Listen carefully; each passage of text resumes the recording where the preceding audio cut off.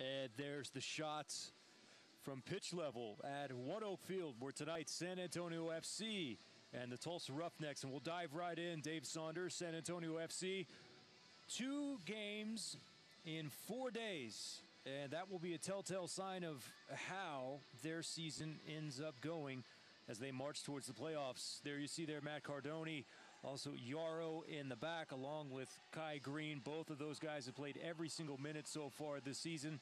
And Tony Taylor up top. This is a San Antonio FC side that is a little bit banged up coming in here on a midweek game in Tulsa. There you see the shot from behind the goal that Mason Stidehar will protect tonight for the Tulsa Roughnecks. Dave, outside of seeing Calvin Resende there in the middle and Stidehar, a pretty familiar lineup that we've seen as of late. Yeah, it certainly is the normal back four there. Maybe Lobo will play at left back. Sheldon will play at right back. Nice to see Stidehar back, the Orlando Loney. Big night for him. And, of course, Toby Uzo up front looking to add to his 2 goals this season.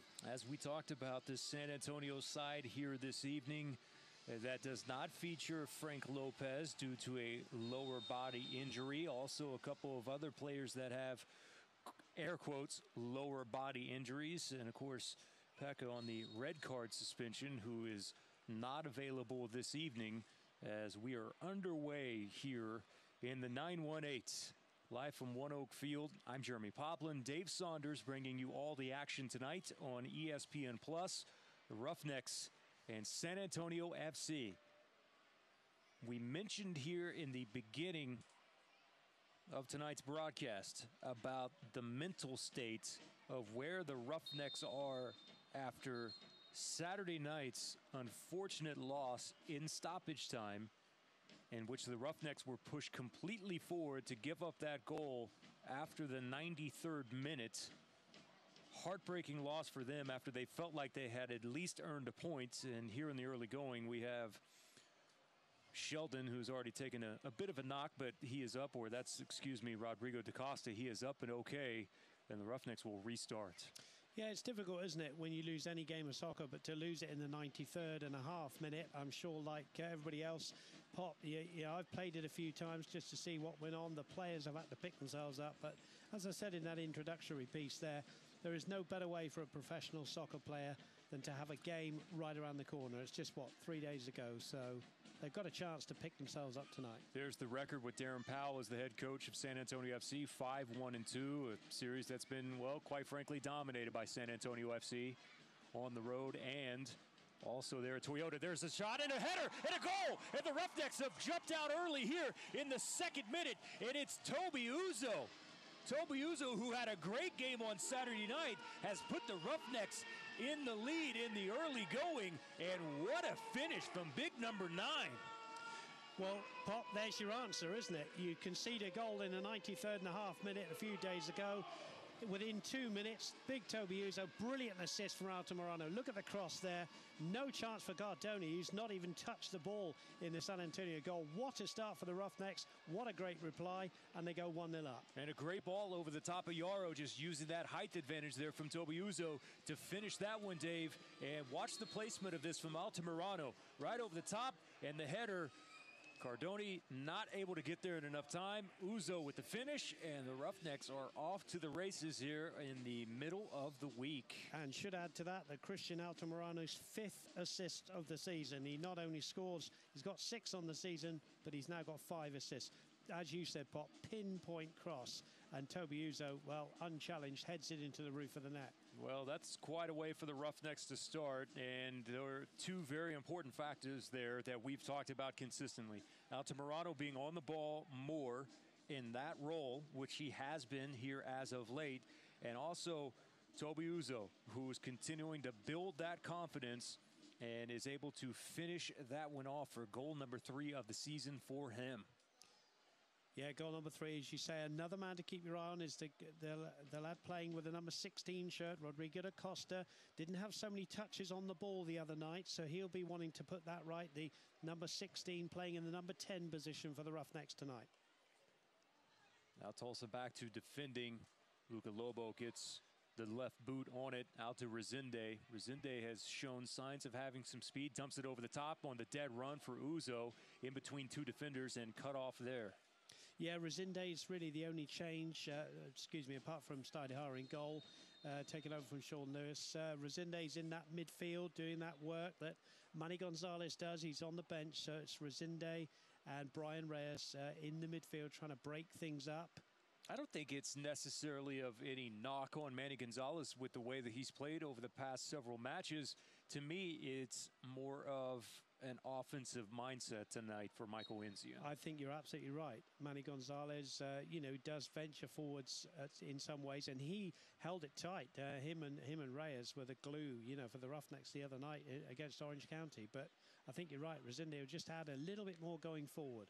Lovely switch of the field. Restrepo able to bring it in on the touchline, knocked off of the ball, and there's Resende one more time. Rodrigo da Costa has options to the outside, finds Marlin. Marlin now will drop back to Matt Sheldon. Sheldon thought about the square ball, tries to play it up the line. Uzo there in the vicinity, and they'll play back to Cardoni. Yeah, Uzo's working hard up top. When you get a couple of strikes on goal, maybe in the whole game, he's already 1 from 1, isn't he? Here's a good ball, but Roberts is there. But other than that, you've got to work hard off the ball and make yourself available. And that's what he's doing. Resende with the turn near midfield. Uzo playing with his back to the goal. Now back to the center circle, finds DaCosta. Out wide, Marlin has Sheldon an overlap if he wants it. Just a tad bit caught in no man's land, couldn't find that ball, couldn't get its way there. Marlin with a chance to run onto it, and Marlin's shot is in, and the Roughnecks are absolutely on fire here in the opening moments of the match here on a Wednesday. Marlin slots it home, and San Antonio FC is stunned here in the early going. I think stunned is the word. I think less than 6 minutes gone. The Roughnecks are 2-0 to the good. It was a beautiful threaded ball through. We'll see on the replay in a moment. Marlon's 4th goal of the campaign. Good build-up before that. There's a threaded ball, and what a cool finish from the Brazilian Marlon. His 4th goal, as I said, and the Roughnecks have a 2-goal lead. And the first touch from Marlin as well. And from our angle, you begin to wonder, is he going to have a chance to run onto that ball? He caught up to it in just enough time. Proper placement and the finish. Well, we'll see it again here. There's the ball from DaCosta, missed by the defender. Trying to see who that was. It went in between Akon and Yarrow. Yeah, and look at Cardoni. He said, we're not off the bus yet. And if you're a San Antonio fan watching in, it's not all over. But basically, Darren Powell's men need a wake-up call here, don't they? Well, this has got to be disappointing. They knew that it was going to be tough tonight, considering the amount of injuries that they had, and especially with their top goal scorer not playing here this evening. And this is from a team that played with a man down against Los Dos for, I believe, over 30 minutes the other night. And this is one of those that, given the position in the standings in the West with where Tulsa is, San Antonio desperately needed this one if they want to keep their playoff hopes alive. Yeah, and hasten to add, there's only 7 minutes gone on the whole game. So, 2-0, it's not a mountain to climb yet. San Antonio get one in this first half, and they're back in it. So here's the corner and a first chance for them.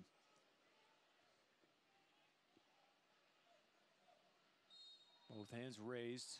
They'll keep it short, right outside the 18. The attempt is knocked down. I believe Rodrigo da Costa was the Roughnecks player that was there on the attempt.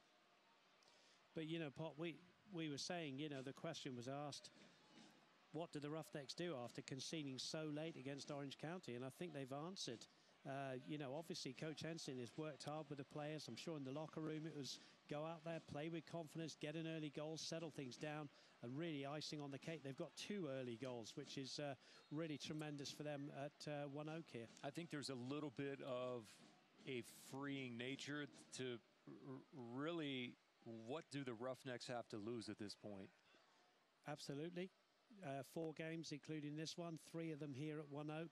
1 trip to Seattle to play Tacoma Defiance on Saturday, and as you say, finish the season strong and pick it up for next season. Still not mathematically out of the playoffs, but incredibly difficult, need a lot of favors. Yeah, only 2 teams eliminated in the West. That's Tacoma and also Colorado Springs Switchbacks FC. We'll get to the news on them as they have a new head coach. Chat about that later on in the broadcast. Here's Brian Reyes. Settles. Does Altamirano. In between the 2 defenders, kept his run alive. Uzo trying to link up with him. Would have been a nice little give and go there from Uzo to Altamirano, and here comes San Antonio FC. I think if you go back to the 2 goals, you would say it was too easy from San Antonio's point of view. The Roughnecks were able to find space. Altamirano was able to pick out a cross. Here's a chance, but just overhit there for a goal kick. I think easy is the word. You know, they were able to pick their spot, and you know, good finish from Marlon as well, but too easy. You know, not great defending. So they'll have to pick themselves up now and come from a two goals behind, as we said, very, very early on in the game, not even 10 minutes gone. And the Roughnecks just need, from their point of view, to keep going and contain this lead, and hopefully, you know, they'll have an eye on half time, getting into half time with the lead. But as we say, very, very early. We saw a shot of Marlon there walking away, and his presence on this pitch and to this team has been so valuable for them. And it was really that extra piece to the puzzle to make everything work. You can call it that piece, that puzzle piece. You can call it that missing ingredient there in the mixture. But since he has become eligible, and it took a little while for things to go through, the Roughnecks had actually signed him well in advance, and it just took a little while for that paperwork to be cleared. And once it has, Dave, you can see now the vision that was Michael Insine and the Roughnecks of what a guy like that can provide. Exactly, and he brings out the best in others, doesn't he, as well? You know, he's a very, very skillful player. That's a slightly underhit back pass, but he brings out the best in others. You know, he's brought the best out in Toby Uzo, and Altamirano loves playing on one wing, Marlon on the other. It just gives the whole team a lift, and he was the best signing of the season.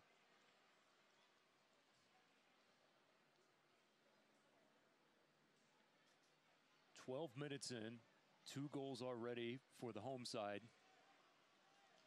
San Antonio shocked here in the early going. Will they settle in? Seemingly now just taking their time here, trying to knock it around a little bit, get the feeling back in their legs. Here's Gomez. Tony Taylor, who's a recent addition to San Antonio FC, the 30-year-old. Looking for a little veteran leadership, was SAFC.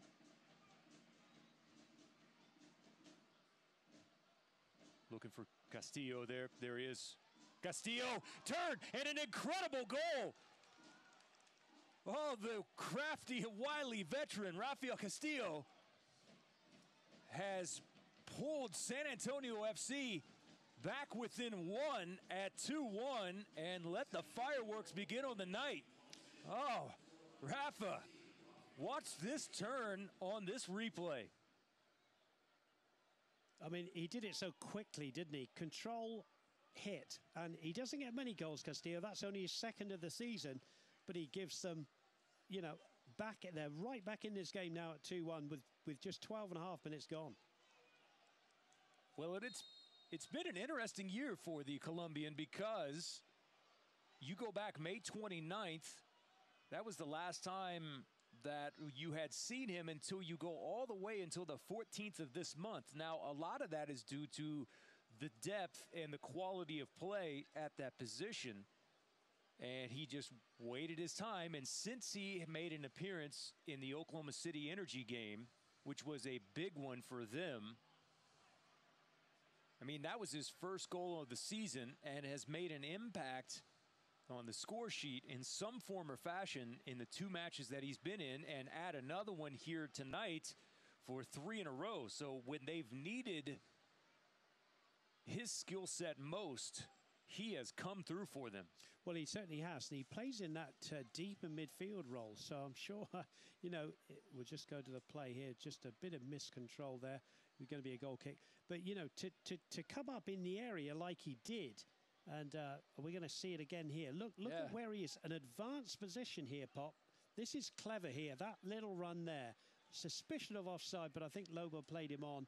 And then that quick take it down and hit. There he is, the man in picture. That's great skill. Well, Raf has to also keep an eye on where Malvin Roberts is at that time, too. And that's towards his backside. So he's got to use that vision, and he did a great job. Well, we went 93.5 minutes without a goal the other night here at One Oak, and we've seen 3 inside the first 12 minutes. So a goal fest here at One Oak. But to the opposite end now, a corner. Yeah, and anybody's game, of course, now 2-1.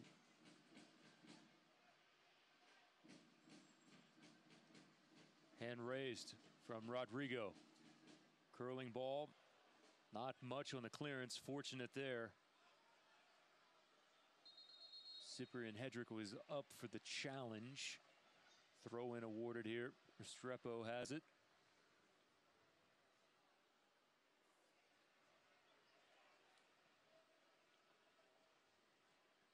Long ball over the top. Gomez got to it. That first touch, though, a bit much. And a throw in on the far side of the pitch. Somebody who hasn't had a lot of the ball is, of course, a very talented player, is the number 19, Christian Perano. Wearing the number 19, 7 goals. Playing in that number 10 position tonight, but hasn't had many touches of the ball. And he'll be looking to help out Tony Taylor, who's up there. Big night for Tony Taylor. You've already mentioned him in commentary, Pop, that hasn't scored this season and will want to help out the team, and he's playing as the lone striker. Yeah, added, he was released in July. He's got a good pedigree, represented the U.S. U20s, U23s, and then switched to Panama at the senior international level. Has played for NYCFC, 2 goals in 17 games, 2-year stint, and then had an awful ACL tear, and that ended his 2015. Had a good run up in Ottawa as well with Ottawa Fury. And they were hoping that he can be that difference maker here down the stretch.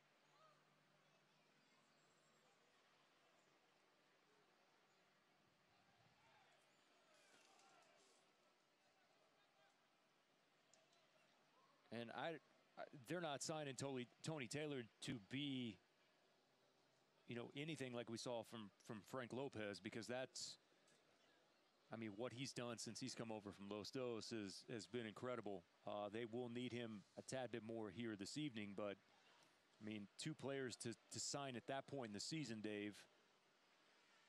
Frank Lopez has done the majority of that work, but if Tony Taylor can pick it up even just a bit, San Antonio can prove to be a handful. Yeah, Lopez is an outstanding player, isn't he? And sorry, we're not getting to see him play tonight, but he's, like you say, Pop, 7 goals, since he's joined San Antonio. But it's, as I said, a big night for Tony Taylor, who's the focal point of the attack, isn't he? Holding the ball up like Toby Uzo for the Roughnecks. Here's Brazinde with a challenge, keeps it alive. Toby Uzo down the line for Altamirano. Too much there. Throw in for San Antonio FC. Game's settling down a bit now, isn't it? Those yes. 3 goals early on. We've not seen a goal for 5 or 6 minutes. But San Antonio getting the feel of the ball here and knocking it around quite nicely now.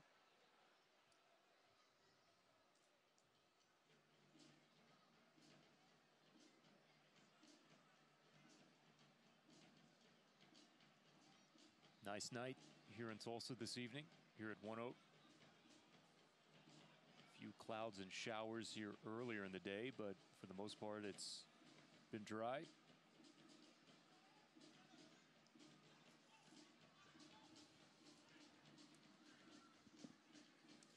Good work from San Antonio.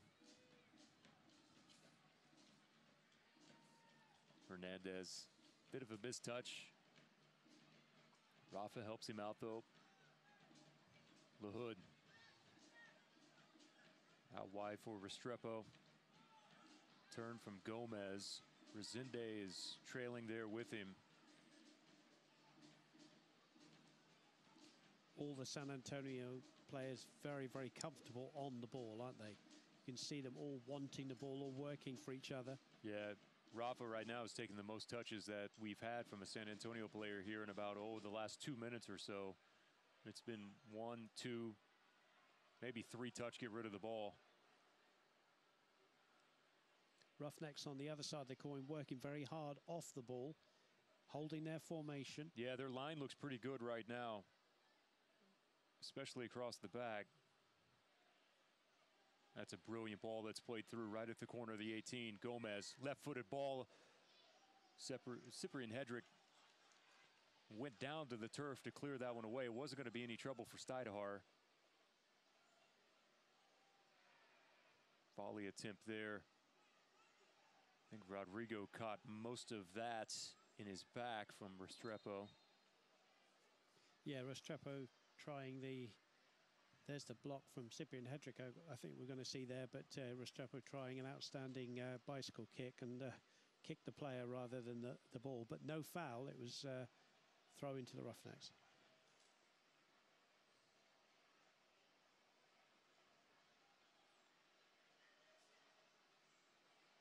Well, with what's been proven so far, Dave, is that even if, and judging by what's on USLChampionship.com, and we'll come back to this in a moment, as Altamirano takes an attempt from way outside, and a great save by Cardone. Altamirano thought that he had him on that one. Just wonder whether the ball swerved a little bit there. I think that's a good save from Cardone. I think we've underestimated that save. It was a good hit from Altamirano. Didn't have much of a backlift. Just see here if the ball swerves a little bit. Yeah, just a little bit. Good save. A little bit more pacier, too, than we thought from the reverse angle. He can hit a ball, Altamirano, can't he? There's the ball to the far post. But I think the pattern of the game, I think we're seeing now, aren't we, that San Antonio are going to boss the possession. They're going to have the lion's share of the possession. Roughnecks going to have to work hard off the ball and then do what they've just done with Altamirano, have the odd chance on goal. 2-1, a great game. We're seeing a really good game. Two good teams wanting to play the game in the right way. Just looking at where the standings are at the West, with Phoenix having clinched along with Fresno and Reno. So that means that the Roughnecks, after their trip to Tacoma, the 5th with Sacramento, who more than likely is going to clinch. They're going to be in this. New Mexico United still has some work to do, and Reno, who's already clinched.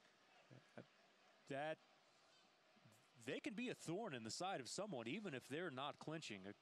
The website USL Championship has them at about a 1% chance of making the playoffs, but that doesn't mean that they can't cause some significant problems. Oh yeah, any team, isn't it? Any team in you know, you look at Colorado. You were mentioning San Antonio have to go to Colorado on the last day of the season. So, you know, you just don't know. These teams that have got nothing to play for, you never know.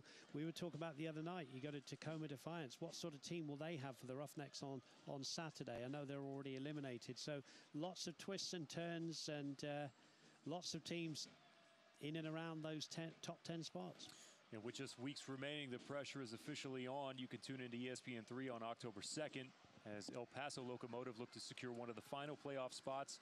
Fresno FC has its sights set on hosting some playoff games. It's Locomotive FC, and the Fox is October 2nd for Wednesday Night Soccer on ESPN3.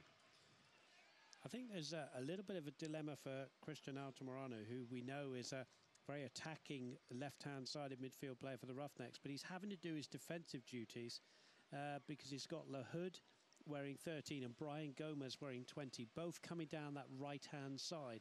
And he's got to help out Luca Lobo at left back.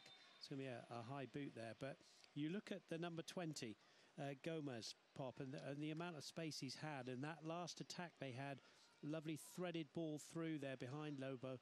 But he's got to ask Altamirano for a little bit of help. And there he is back to retrieve. Which, of course, you know, is what San Antonio wants, because they don't want the likes of Altamirano running at them. So they want him defending on the back foot.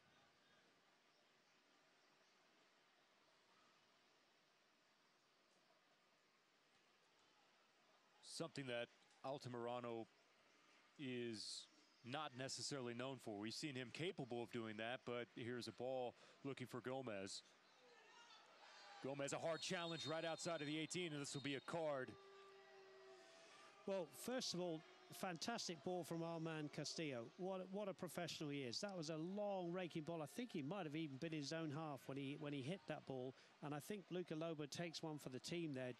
Good job from the Roughnecks point of view. It's outside the box. Heavy challenge, but you'll see here on Restrepo that's an untidy challenge, and that's you could argue kind of 1.5 yellow cards, isn't it? You know, if there's not such a thing, I know, but you know that was a tough challenge. But I think he's taken one for the team there. Brilliant ball from Castillo, though.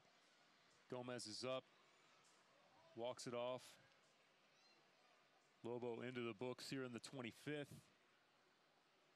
A yard outside of the 18. Just shows you, though, Pop, doesn't it? You know, you can play all this, you know, lovely short passing and so on, but the occasional long ball hit to perfection, like Castillo there, is a real weapon. Well, it works in two ways. You can lull your opponent to sleep at that point. As Castillo, left-footed ball curling in, it's there, and we are level at 2. An incredible strike from Rafa Castillo. And that's the brace on the night for Rafa here in the 26th. Wow. Well, I can't wait to see the replay of this one. He's beaten Steidemeyer at his near post here. He couldn't have had more than a foot between the post and the ball there going in. It's an amazingly accurate hit. We'll see it here. Round the wall. Look at that. That's a fantastic hit from Castillo. Take a bow, sir. You have a brace on the night. We're back at 2-2. The outstretched arms of Steidemeyer could not get there at enough time. A wonderfully struck ball curls right inside the near post. And all square. Yeah, Darren Powell will be saying, okay, let's start again. You're off the bus now. You're getting them a 2-goal start. You're back at 2-2. And now it's game on again.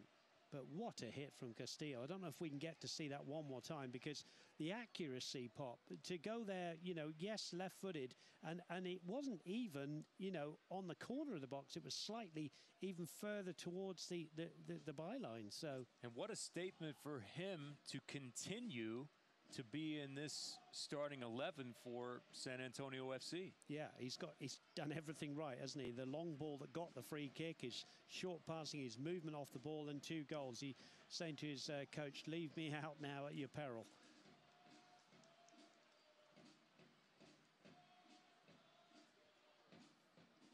Look at it one more time as we get set for the corner from the reverse angle. That's pretty outstanding to beat the goalkeeper from there. And Steidemeyer, you know, is a good goalkeeper. Resende, as he turned around, just had this look of bewilderment upon him. Well, can the Roughnecks get back in the lead again from this corner? May have to do this kind of thing from corners tonight, giving up the possession.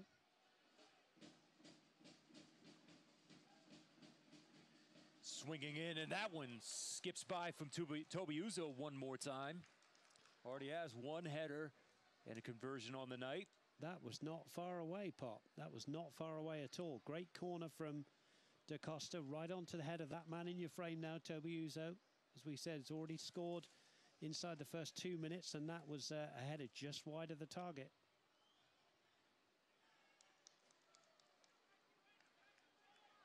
He's not hard to find in the box if you're the defense. He's the rather large man. Yeah, he's a physical presence, isn't he, Toby Uzo? Here he is. Cardoni easily up and has it quickly with the outlet to the opposite side of the pitch. And now they'll switch back the other direction. Restrepo cuts to the inside, dumps it off. Verano.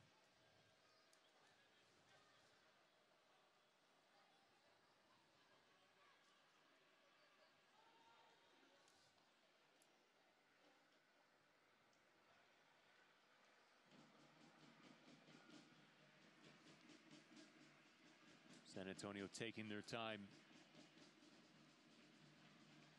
exhausting all options now with where they want to go. Restrepo trying to link up with Gomez. Castillo steps in front. Rafa now has some space. He's not afraid to let one go. Correct pass, though, inside the 18. Leaves it here. Cuts to the inside. Restrepo fires, and San Antonio FC has taken the lead.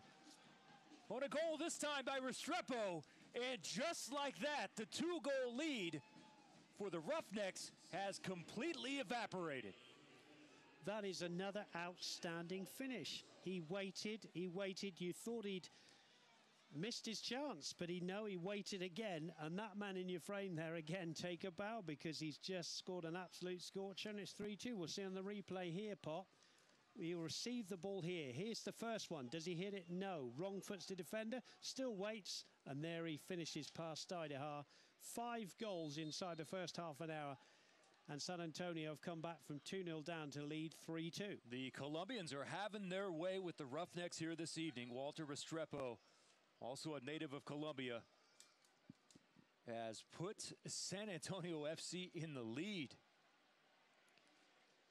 Well, San Antonio have now scored 52 goals on the season. They do concede a few, so you could say they've kind of given the Roughnecks a 2-goal start, but they do score goals as well. I'm just having a look here, and in fact, they've conceded 45 goals, but they've now scored 52 on the season. So quite a season for goals for San Antonio.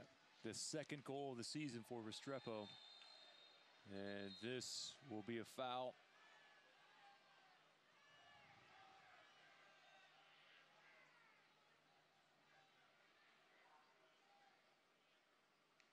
Well, we talked in the build-up, didn't we, about what is it like to concede a goal in the 93rd minute and lose a game 1-0, having sort of held a team for that long. But I wonder how the players are feeling now. Here's the goal again. Restrepo here, look, waits. Wrong foots the defender, waits again. You think maybe hit it there. No, waits one more touch and beats Steidehaar. Great quality finish. But, you know, how must the Roughneck players be feeling now? They were 2-0 up inside, 6 minutes? And here they are 3-2 down. Long ball in the box, looking for Roberts. Altamirano knocked away from him. Quickly to the opposite end, and Brian Reyes saves the day. Yeah, helped Altamirano out there. Altamirano caught in possession, but he's got another chance thanks to the work of Reyes. Gardoni between two Roughnecks players, Marlin and Uzo. Yeah, Cardoni, we talk about Uzo's a big presence at 6'2", but Cardoni's a big presence as well. A great goalkeeper. We've seen him many times performing so well. Good physical presence at the back. Not afraid to tell his defenders when they've done something wrong. San Antonio not done. Hernandez out wide.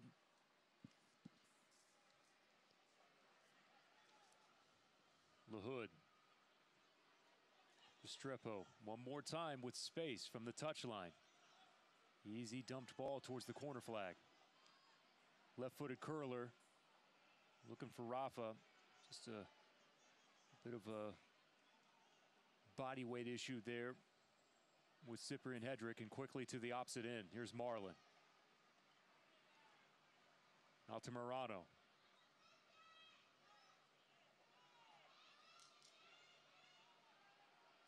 We're just going back to that last attack. There was the little man inside the box, Castillo again. You know, he's that holding midfield player, but he's really getting into the box. I don't know whether that's something they've, you know, spotted and said you need to do it more, because he was on 1 goal. He's now on 3 for the season, and he was in there again challenging for the ball with his head. So, you know, he's really trying to get forward tonight.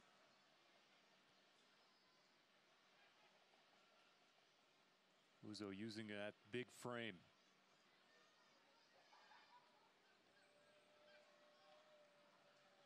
Will they look to play off Uzo one more time? Altamirano there, Resende. Galvin spins away. Reyes. Roberts to Hedrick. Plenty of space for Sip. Sheldon almost had it knocked away from him. Now a battle won by San Antonio FC. Yeah, good defending that. Shrugged Sheldon off, who tried to go the long way around, and now it's kind of end to end.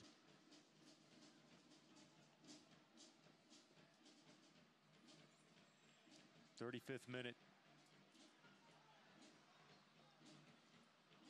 Great game. 1-0 the place to be tonight for goals. Fans, you can continue to enjoy the USL on ESPN through the 2022 season. USL is excited to announce that the championship and League One will remain with the leader in sports for 3 more years. ESPN Plus will continue to be the home of all things USL, and at least 19 games a year will be featured on the ESPN family of networks, including 9 games on ESPN Deportes. Continue to follow, support, and watch your club on ESPN and ESPN Plus.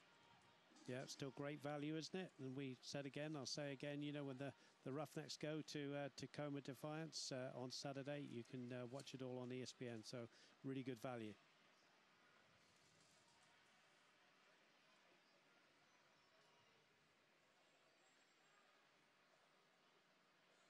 Roughnecks just enjoying a little bit more possession, Pop, in the last few minutes. I'll have to get you those numbers here at our next opportunity. There's flag is up and a foul. Marlin's okay.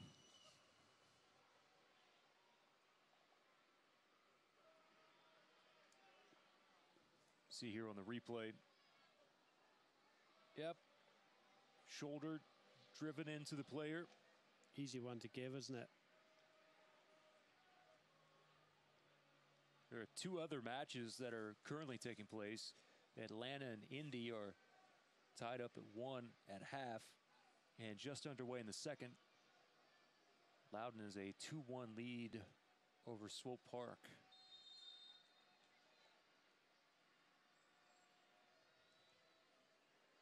Towards the back post. Oh, Roberts with a golden opportunity. And he took a shot to the face, and they're waving on the athletic training staff here. We'll have to see if we can see on the replay. Well, that will be one in the English Premiership for VAR. We will get a replay. The referee doesn't. I think he's given a goal kick. There was certainly a kick, not deliberate. Well, the ball's been placed on the spot. I don't know if the referee's officially given the penalty. I think that's Luca Lobo. We'll just see here, Pop. Is there a foul? I don't think you see those given as fouls. Marlon Roberts has taken one in the face, I think. Now, is Lobo... Has he pointed to the spot? I haven't seen that. No, I think he's pointing for a goal kick. Okay. I think that was Lobo putting the ball on the spot. But I don't think you see those given in the box like that, rightly or wrongly. So far tonight, possession 60% for San Antonio.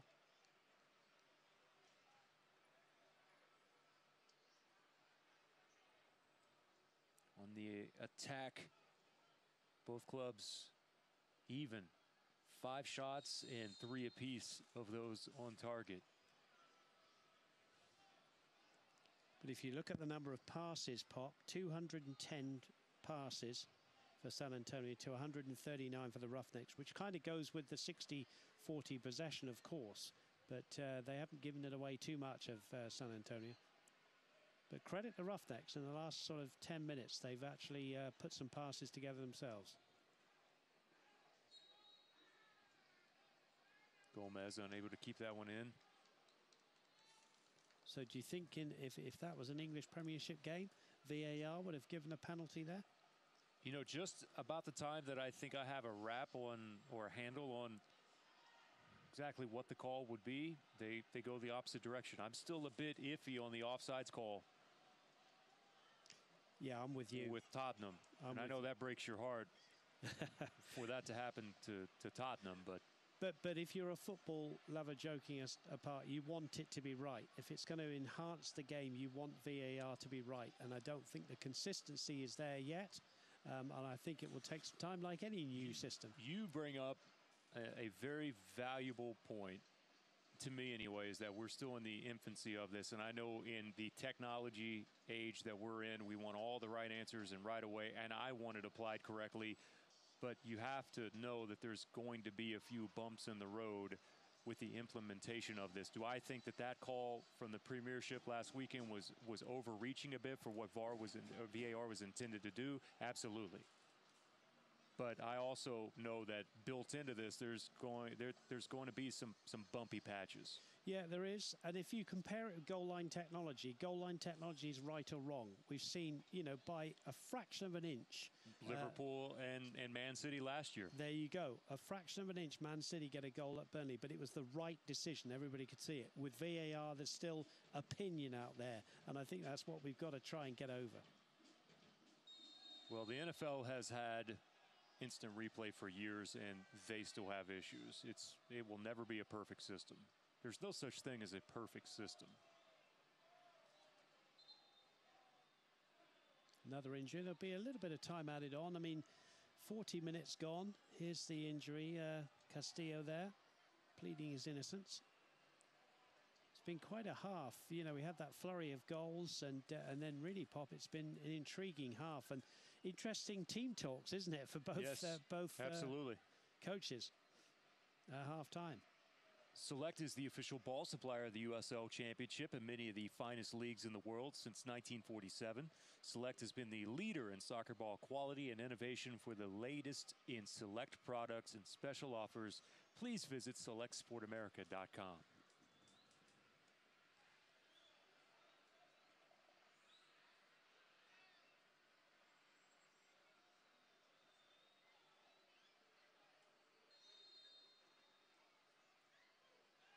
Rodrigo.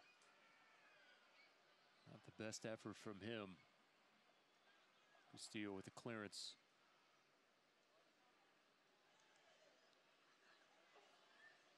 Lack of communication there for a minute. Reyes cleans it up.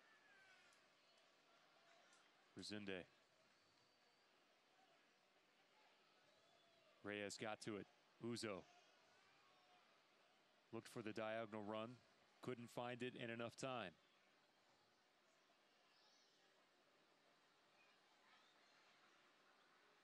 Costa was harassed from behind. If he wasn't, he might have been able to find Altamirano quickly to this end of the pitch. Comes San Antonio. Now they will pull it back a bit. Allow them to collect a few numbers.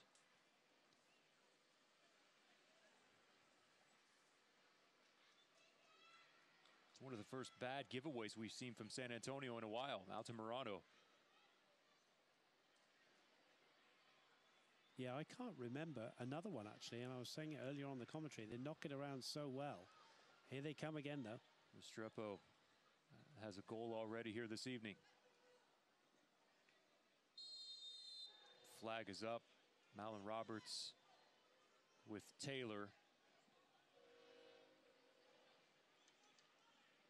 I feel like Malin Roberts should forever be known as Johnny Amble. That is his Twitter name. Need to talk with Malin to find the story behind that one.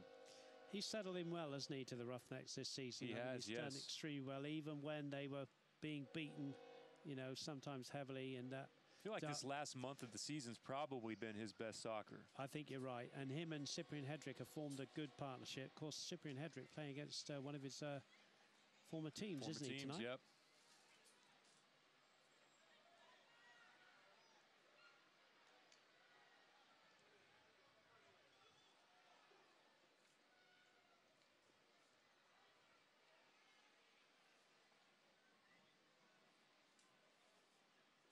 AJ Jakwa as well spent some time there in San Antonio, who's on the bench tonight for the Roughnecks. Everyone always has amazing things to say about San Antonio and their fans. And they love Cyprian Hedrick still, do, don't yes. Altamirano towards the byline. Tough challenge there. And he has given a penalty. That is given a penalty. Altamirano decided to take things into his own hands, and a penalty called. LaHood is the guilty party, and the Roughnecks now, before halftime, have a chance to make things level one more time, and here it is. And I think, looking at it again, I think his teammates might have said, why didn't you just shepherd him out? Yeah, it looked like his touch was heavy, Dave, and the ball was going to go over the line in the first place. Yeah. So maybe unnecessary contact, and now Altamirano is going to be the one to take this for the Roughnecks.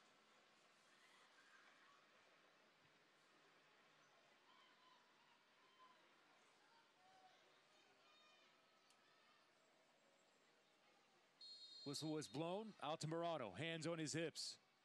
Looking, approaches, places, and makes things level at 3 here in the 45th. Well, he made it look very simple as well. To beat someone of Cardoni's class there, he just sent the big man the wrong way. There he is in the frame there. But that man in your frame, Altamirano, has brought it level. It was his run, and it was the foul from LaHood. And what a great, great time to score. Just a few seconds to go before half-time. Here's the replay, Pop, and just to send Cardoni, that gave him the eyes and then just taps it into an empty net. What a game of soccer we're seeing. 3-3, and we're coming up to half-time. Goal 7 on the season for Altamirano.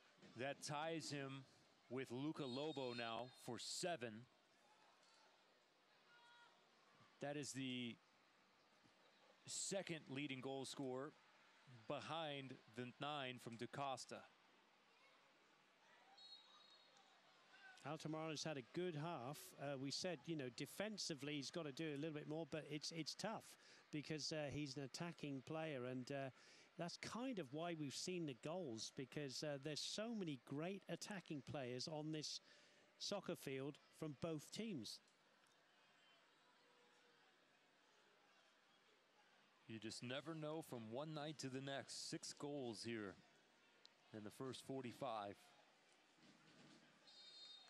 And we're not done. Rafa.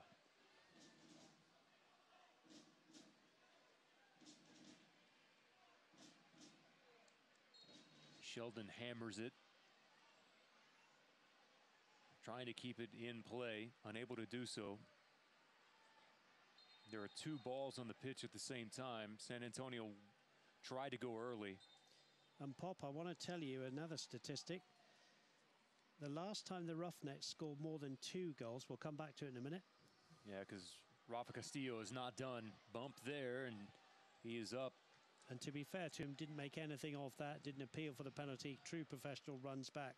Last time the Roughnecks scored more than 2 goals was when they beat Tacoma Defiance 4-0 way back on March the 23rd. That's a long time ago.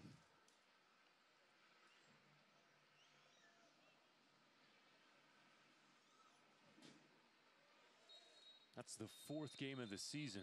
I can't quite believe my own statistic there, actually, looking at that. But yeah, that's true. 3-3. What a great second half we got in store. Fireworks here in the 9-1-8. And it's not even a weekend match where we typically have fireworks after the game. But we've had plenty of them so far. Tied up at 3 at half. Oh boy, do we have some storylines to get to and to recap the first half here in Tulsa. 3 apiece between the Roughnecks and San Antonio FC. We'll take a timeout and come back after this word from our sponsors.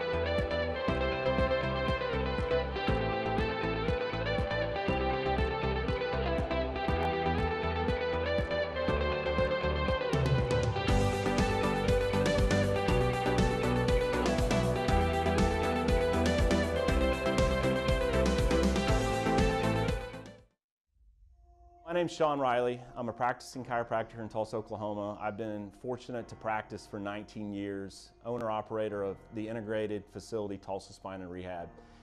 This is what sets us apart at Tulsa Spine and Rehab. Integrated care. We have multiple different providers providing multiple different options for multiple different types of conditions.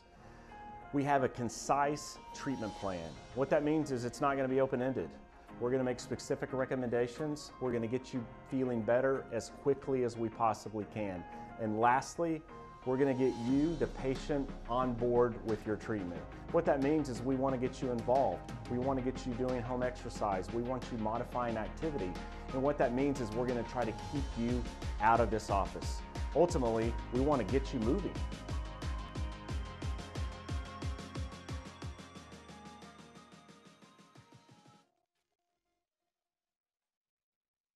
My name is Abigail Bailey. I was at my yearly checkup when I was 12, and we went and got x-rays, and she diagnosed me with scoliosis and that we needed surgery as soon as possible.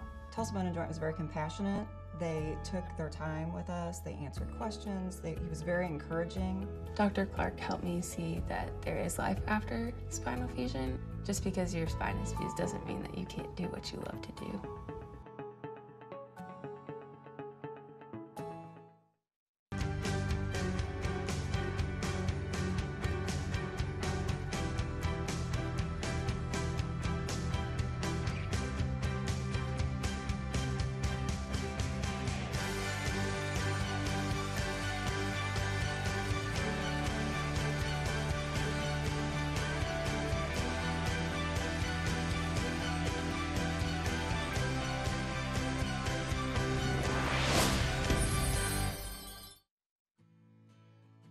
I'm Chad Smith with Becco Contractors. As an employer, we're always worried about new employees coming to the job and not being aware of their surroundings and just not knowing what they're really doing because it's a new job site. So the partnership with Tulsa Tech has really helped us take that worry out of the equation. We know that they're fully trained and ready to go by the time they show up on the job.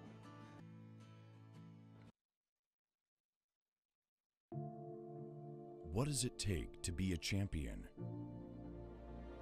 Skill, strength, vision, an unrelenting desire to prove your worth week in, week out. An army of fans behind you screaming your name. And sometimes just a bit of luck. For 631 games over the course of the next 9 months, 22 players will step on the field to answer the question, why will it be you and not them?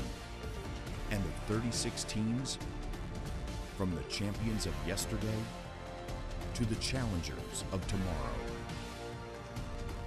only one will be right.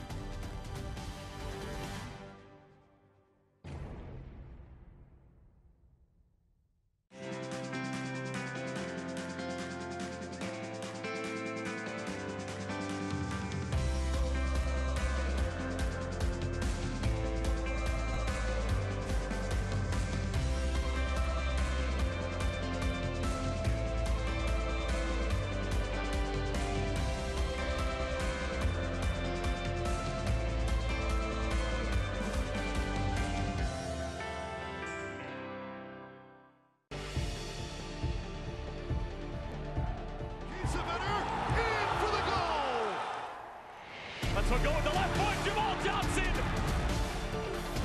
Puts it in. What a goal!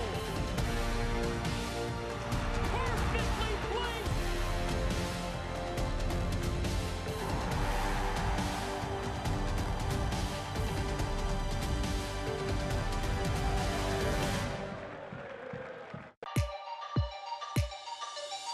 And to splice this New York defense with a curling effort. That's incredible. What a goal by Knight. Johnson, though, going to hurry things up. Tenorio giving a blast. Goal! Clever will take a shot. He fires it home for a classic. Cicerone to the back post. Sliding it in.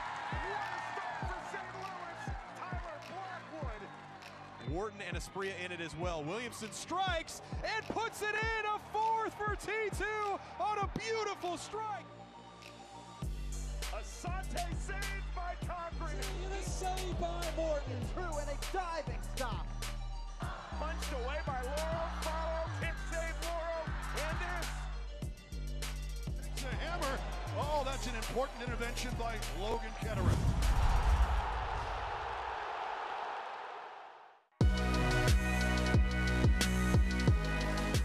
Knocked on, Clouds fires, and back of the net. Paul Clouds. Find one here, ball swept in. Headed on, up and in, and just like that, Toronto answers. Ball played forward up the side. Moon trying to drop it back. Tries the left-footed shot and finds the back of the net. Nick Moon in stoppage time in the first half, breaking the deadlock. Rayo now for Rodriguez, going for that top corner. What a save by Silvestre. Through the midfield for Richmond. Calls for Wheeler Avenue, and a shot saved by Fitzgerald. Still around the box for Chattanooga. The shot by Caparelli's pushed aside by Herrera. Austin Amer.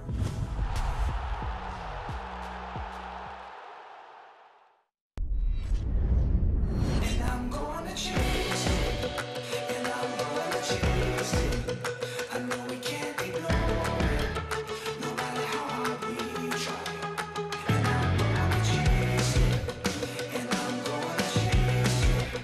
I know we can't ignore it. No matter how hard we try. Fire in the veins, I fight to gain. Breaking all the rules to keep me sane.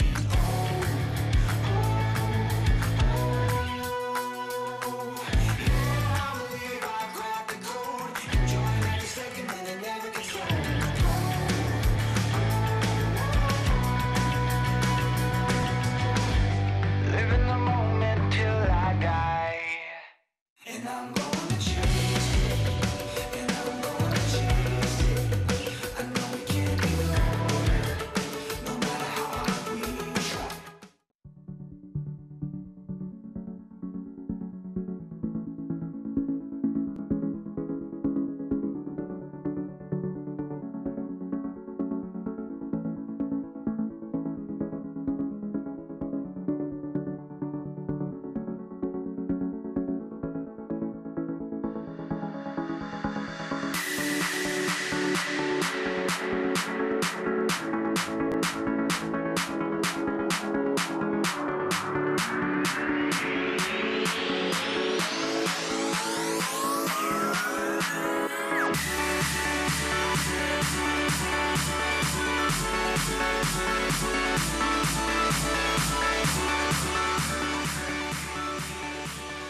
Hi Roughnecks fans, stop by and see our awesome team at the 21st and Yale location. We have your free Roughnecks shirts, the latest phones, and we offer Amazon Prime free on select plans. Come and see us. All right, welcome back to downtown Tulsa at One Oak Field. Let's take a look at the storylines for the Tulsa Roughnecks. How about that heartache on Saturday night? Dave Saunders, the Roughnecks seemingly put that out of reach here with the opening minutes and scoring 2 goals in 6 minutes, but sometimes they call soccer the cruelest game ever. And I think that was a prime example of that on Saturday night, wasn't it? Yeah, it certainly was. 3 minutes added on. They concede, 3:34 on the clock. So a little bit hard done by, but they needed to pick themselves up. And a lot's happened since then, Pop. So 3-3 here at halftime. How about Fresno upsetting Phoenix to end their 20-match winning streak? And in that game, there were actually 2 penalty kick saves by C.J. Cochran from Fresno FC. Brilliant. Well done, Fresno. We saw them here. The Roughnecks beat them, and then they go up to beat Phoenix. Congratulations to Phoenix on that amazing run, 20-game run, and they're going to be there or thereabouts, aren't they, to win this league? But Fresno still playing well. And then we talked about this one last as we look at the standings, and we'll weave this one in with what we were going to talk about. There you see 1 through 10 out west with Phoenix, Fresno, and Reno already securing a spot. But 1 through 14, Dave, we brought this up. 1 through 14, that means Las Vegas is currently sitting there in that 14th spot with 35 points. San Antonio, as of tonight is right there at 39 with El Paso Locomotive with 39. So that means that even 14 is just 4 points out from finding themselves in 10th right now out west. Which is why the playoffs are such a great thing, aren't they? Because it gives a lot of teams interest. And let's not underestimate, this is a big, big second half for San Antonio, Pop. It is a very big half for San Antonio as we roll to the east with 5 teams that have clinched: New York, Indy, Tampa Bay, Nashville, and Pittsburgh, who recently just punched their ticket. Louisville, 2-time defending champs, are there. They will be in here along with North Carolina FC, Ottawa, St. Louis. It's good to see our former friends here from the West in St. Louis FC find their way in there at the number 9 spot, with Birmingham currently in the 10th and final spot there in the East. All right, as we roll along here at halftime, great shot of downtown Tulsa. Let's look at your championship team of the week here in week 29. C.J. Cochran is there off of those 2 penalty kick saves. Not just that, he technically had 3 over the last week, did C.J. Cochran. Michael Orozco, who we saw here with that late game winner, in which he passed halfway, dropped the ball off for Coleman. You can add Hernandez to that list from Swope Park, and Malik Johnson as well from Tampa Bay Rowdies. And Chavez there, he wins player of the week by 55% over Kleber from Austin, who finished with 40% of the vote. And Kleber had a hat trick in the last week, so congratulations to Chavez, who has scored 13 goals so far on the season. And now we roll into League One and their team of the week. And you see Christian Diaz there from Madison FC. He completed 6 of 7 dribbles, won a lot of duels in that. They got a big victory over North Texas SC. And finally, the player of the week, Paul Claus. And he had a goal and assist as Triumph SC, a big 3-1 victory over Toronto FC2 on Friday night, which moved that club closer to clinching a place in the League One playoffs next month. So congratulations to him. Let's take a look at some highlights from the first half, Dave, because we had quite the back and forth, and things got started early. Here's the first goal. Watch this ball from Altamirano, and he finds Uzo. Yeah, beautiful. Within 2 minutes, and Uzo will lap that up all day. Look at this ball from Altamirano. Pinpoint, that's what your striker wants, and they practice that in training. Great finish from Uzo. Roughnecks weren't done because we moved forward just a couple of minutes. And here's goal number 2 on the night. Yeah, nutmegs Castillo there, and Marlon says gratefully, I'll come on to that. No chance for Cardoni. And at that point, San Antonio weren't off the bus, were they?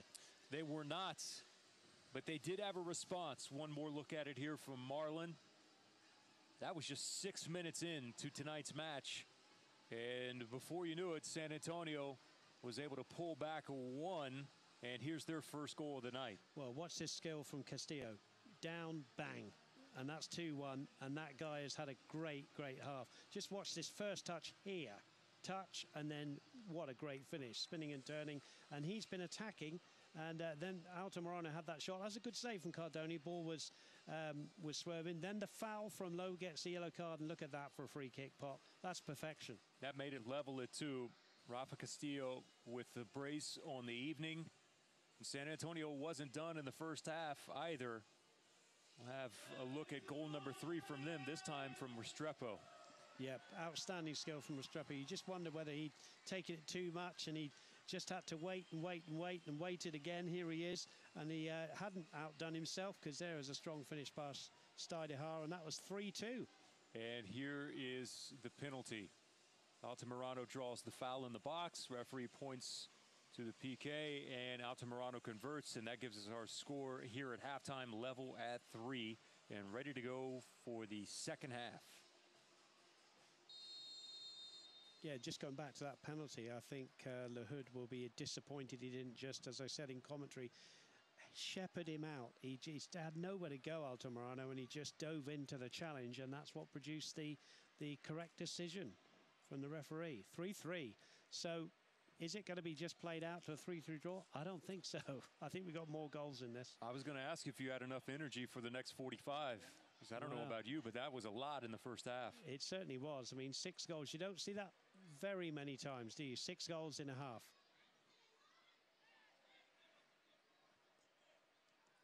But I'll say again, Pop, you know, that statistic, and you and I were so surprised we had to check it, but that is the first time since, what, March the 23rd that the Roughnecks have scored more than 2 goals. And you were correct on that.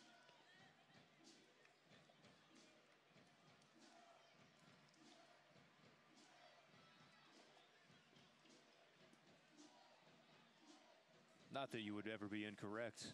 Oh, but we do like times. to go back and double check our work at times, like math class. But just, you know, it was such a stunning statistic, really. You know, you have to go back. But that's not to say they you know, they've scored twice a number of times, but they just haven't got 3. So they have now. Now can they get a 4th and win it, or is San Antonio coming into town to take all 3 points? There are 3 matches this evening. Atlanta currently leading Indy 2-1. That's in the 73rd. Loudon now has a 3-1 lead over Swope Park Rangers in the 76th. That is 3-1 as well. And here, both teams with a 3 on the board this evening. Poorly hit ball from Steinhardt. Castillo.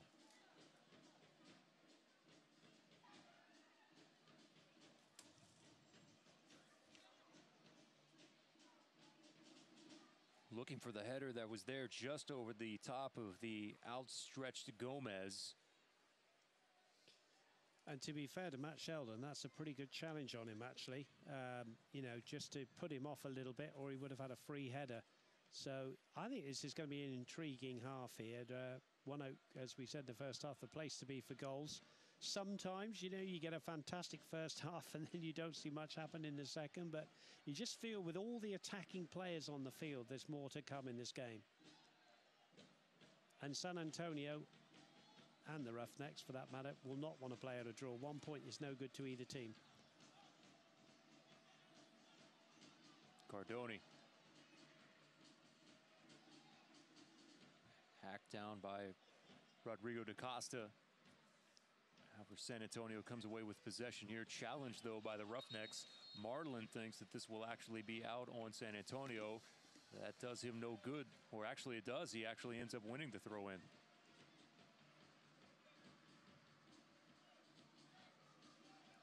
Can Marlin run onto it? No, he cannot. Shielded off of the ball there by Kai Green.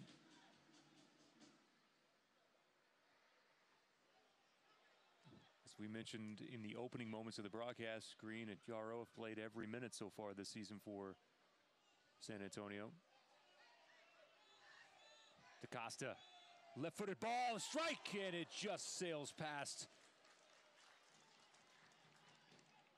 Well, that's what he can do for you, DaCosta. He didn't have too many touches of the ball a few days ago against Orange County, but look at this skill. This is what he can bring you. Into on his left foot, not afraid to do it. Cardoni diving, no chance of getting on it, but it's a good yard wide. But that's what he can do, and he plays with both feet. That's a curling left footer from DaCosta.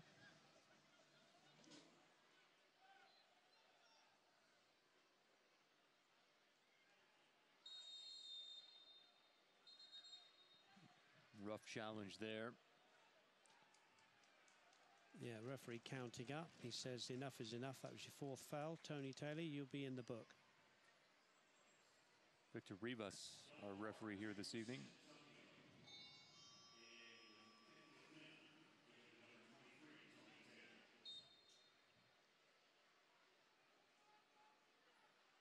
So Taylor in the books here in the 50th.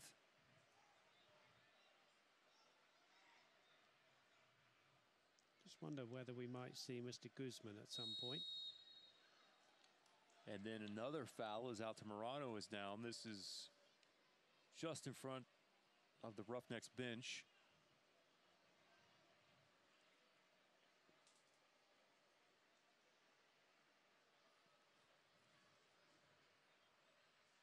Certainly the subs are warming up, Pop. Darren Powell's got them all up. We'll want to make some changes, I'm sure, at some stage in this half. No movement so far from the Roughnecks perspective. Grilling ball there, Marlin just dipped over the top of him. Cardoni now makes accidental contact with Malin Roberts, and San Antonio wants to get Roberts away from Cardoni as quickly as possible. I think that's all purely accidental. I'm with you on that. I don't think, and to be fair, I don't think Cardoni's made anything of it. I think it's defenders running in. And if we see differently here in the replay, we'll make sure to mention it. But just from the initial contact of it, I don't think there was anything that was meant to be on purpose. It's a good take from Cardoni. He read it really well.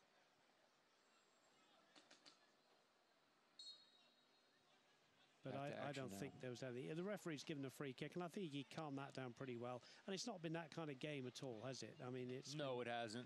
And quite frankly, I don't have any problem with San Antonio trying to protect their keeper either. Right.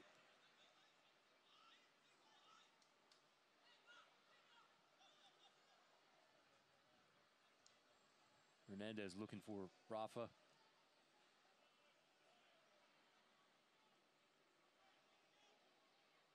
Sidehar's long forward ball.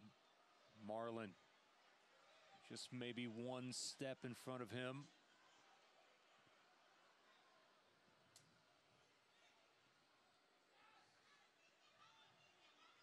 High pressure from the Roughnecks here, trying to force San Antonio into a corner. This is really the first moment of that we've seen so far here this evening. And this will go into the books as well. Castillo. That's Castillo, yes. Just slightly late, I think, there, Pop. Again, I don't think it's malicious. I don't think he's trying to hurt the player.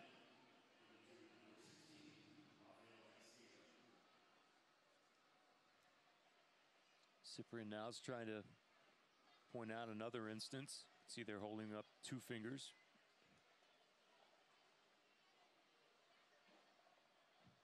Referee tonight, Rivas, explaining back to Cyprian. Going to welcome the trainer on now. This is Reyes. He's holding the back of that right leg. See if we can see here exactly. Tough to tell from there.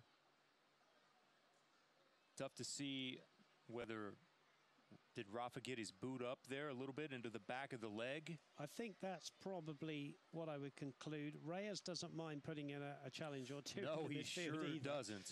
But he's on the receiving end there, and he's clearly hurt. I don't think he's one to roll around, so he's clearly hurt.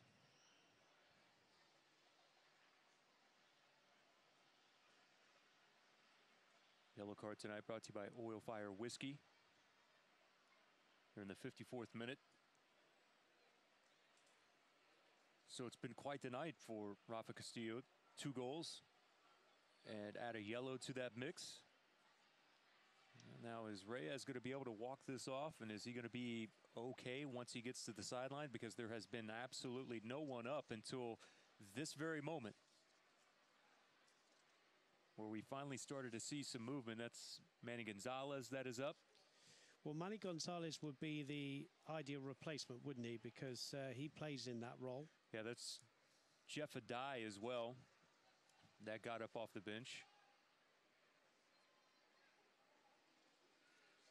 Jeff Adai started off the season in there as well, didn't he? Hasn't been favoured as of late. Yeah, just as he was coming off the pitch, Donovan Ricketts got up and said, all right, we need 2 guys. Start getting loose.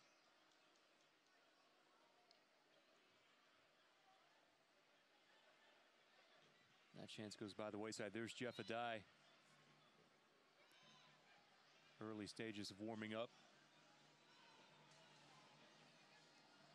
And now they'll call them back into the bench area with it, since Reyes looks like he's okay. Interesting, because I feel like that we're about in that 5-minute window there where we've typically seen Michael Insian go to the bench. Here's Marlin. Step over, left-footed ball, square. There in the box, DaCosta had a chance, biked away. And now Tulsa will reset. Fair play to the home side. They've really taken this game to San Antonio in this second half. Oh, brilliant move there. DaCosta continuing on his run. Altamirano, the shot. So that has been an absolute skills clinic from not only DaCosta, but Marlin in that mix, as those two almost single-handedly put together that attack. I think we're going to see a change from Daryl Powell's men in just a moment.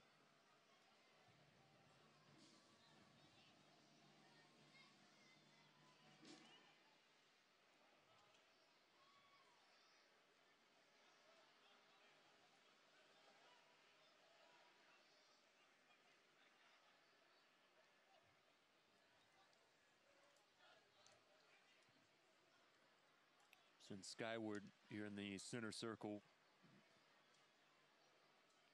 Settled down by Gomez, keeps it alive. On to Castillo, and the flag is up on the far side of the pitch. But there's Castillo again, attacking player. There he is in your shot. He's got bundles of energy, isn't he? Up and down, box to box, as we say. 2 goals on the night.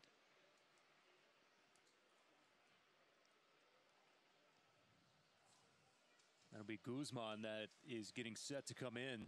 And he is a quality act. And I think that will be a straight swap up front, I would imagine, for Taylor, unless Darren Powell wants to go 2 up top. But with all the attacking players, I would have thought it'll be a like-for-like swap. He's a great player, Guzman. Ever Guzman has 5 goals so far in his 21 appearances so far this season. It's been a while, though, since June 8th, since he has found the back of the net.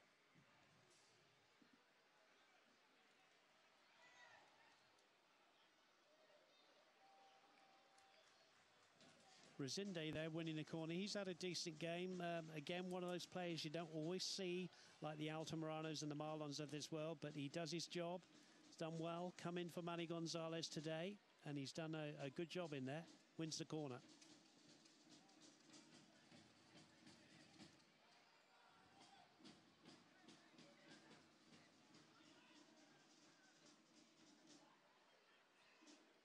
Out to the top of the box, that should be a hand.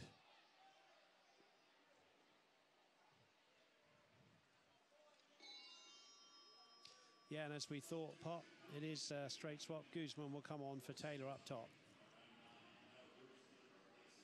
Maybe a bit of a disappointing night for Taylor. Didn't have much of the ball this evening. Yeah, didn't have a lot of the ball, as you said. Not easy for him tonight in this crazy game of 6 goals, all in the first half.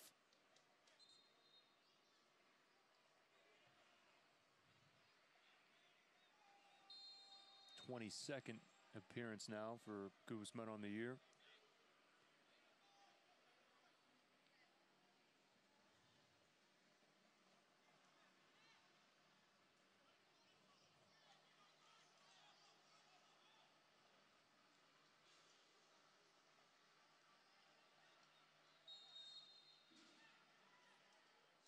The Roughnecks have definitely changed their style.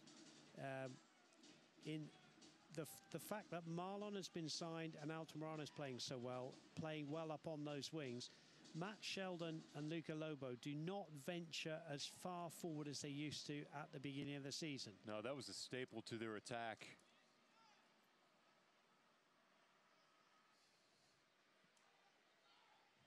Altamirano. That patented move where he tries to cut back towards the byline. That's consistent in his bag of tricks. Roberts just in front of Guzman.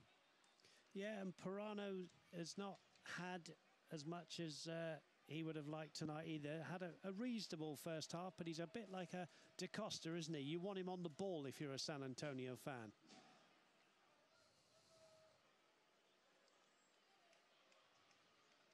Driven ball settled, Marlin. First touch though, however, finds Gomez. Yarrow.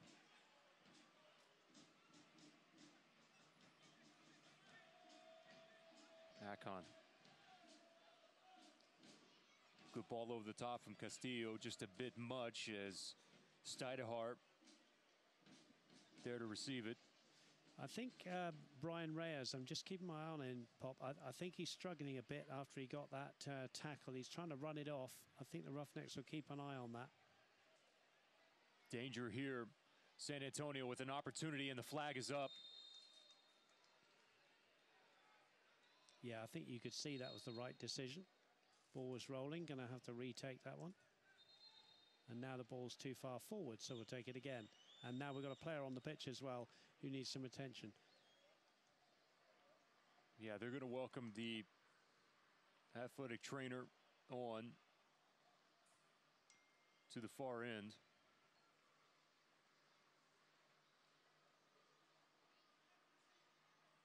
He has his boot off and tape off, so this is the goal scorer, Restrepo. Yeah, and it looks like they're going to have to do a change for him. Certainly having some attention at the moment, isn't he? Roughnecks getting a little bit of liquid on board. You just see Brian Reyes there running over, just limping slightly, and I think he's talking to his coach and the trainer there. Well, that was the big question when you saw Adai and Gonzalez get up. And Reyes went back out there to play, and you had wondered at that point, okay, is he going to be 100%? And if he's still showing signs, you got to wonder if he's going to make it the entire way tonight. Yeah, he's certainly limping around the field at the moment. Got to be careful. So San Antonio will play a man down here for a few moments. 63rd.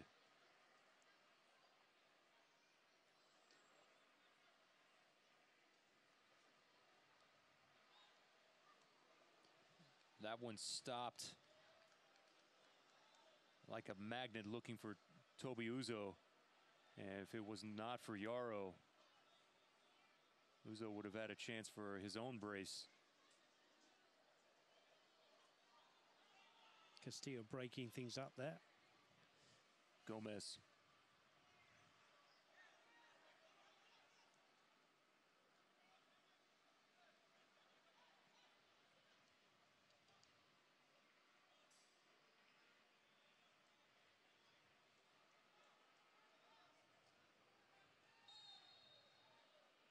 I think you have to be impressed with the Roughnecks here in this second half, Pop. I mean, their heads could have gone down. Okay, they got the 3-3 just before half-time with the Altamirano penalty, but, you know, they've really taken this game to San Antonio. Cardoni.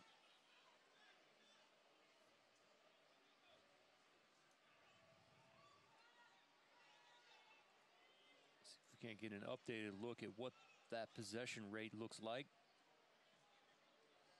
between the two.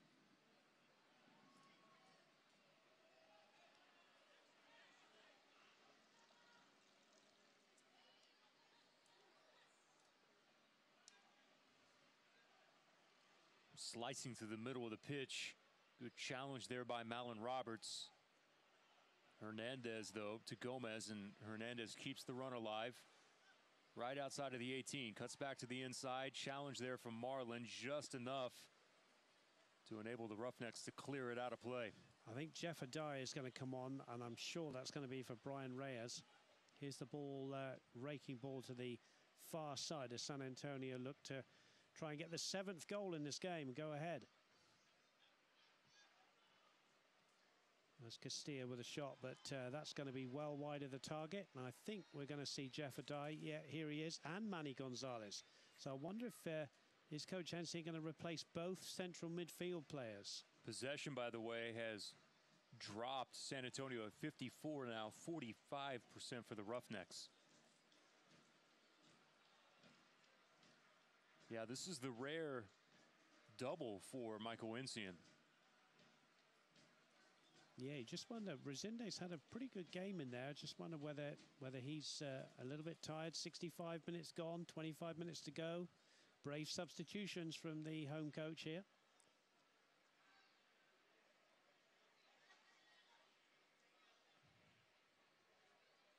And a throw in now. Fans, the USL unveiled its elite youth platform, USL Academy. This allows clubs at all levels across the USL to develop its local youth and compete at the highest level across the United States, including the USL Academy Cup. For more information, visit uslsoccer.com/academy. Brian Reyes, unsurprisingly, is going off. Did receive that challenge from Castillo earlier on, which I think has put paid to his night here, limping off there. They'll need a bit of attention. So Jeff Adai will come on, and it is Resende. So the two central midfield players being replaced in a brave move by the man who was just in your frame there, Coach Hensian. Manny Gonzalez, we've talked about it quite a bit over the last several games. We feel like that his play has been elevated as of late.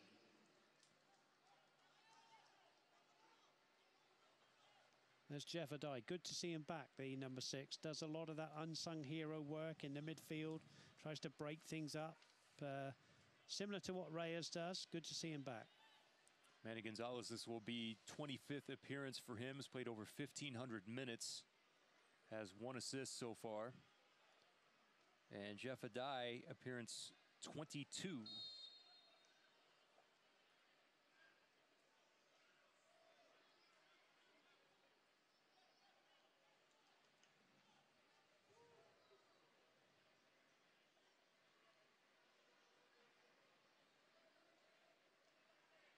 Out to Morano. Ball on his boot. Nice touch there to Uzo. Uzo trips. Still the ability to get the shot off. It comes off of the defender. Or at least I thought that it did, and now they will say it's a goal kick.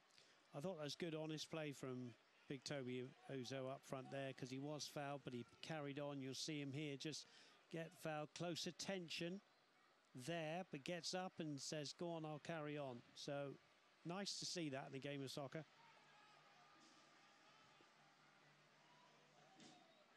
68th minute.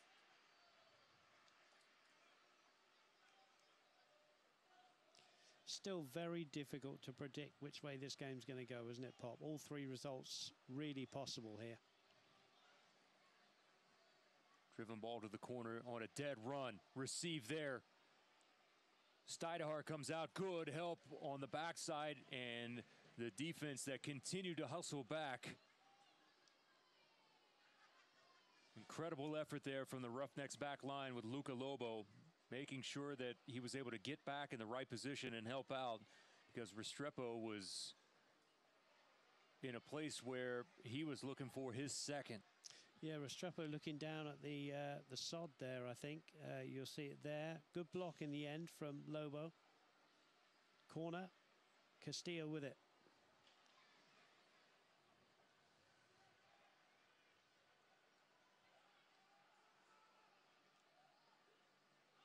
Punched away.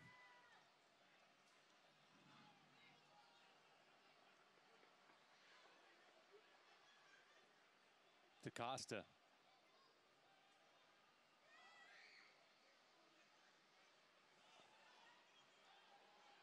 Cardoni had to make a decision, and make a decision quickly. And how about that? Finds Restrepo. Leaves it off for Castillo. The blast with the left foot sent well wide and over the top of the bar. And a chance there from San Antonio is sent in a direction in which they wish they had that one back. Yeah, I think he maybe could have taken a touch there, but Castillo going for his hat-trick there, going for glory.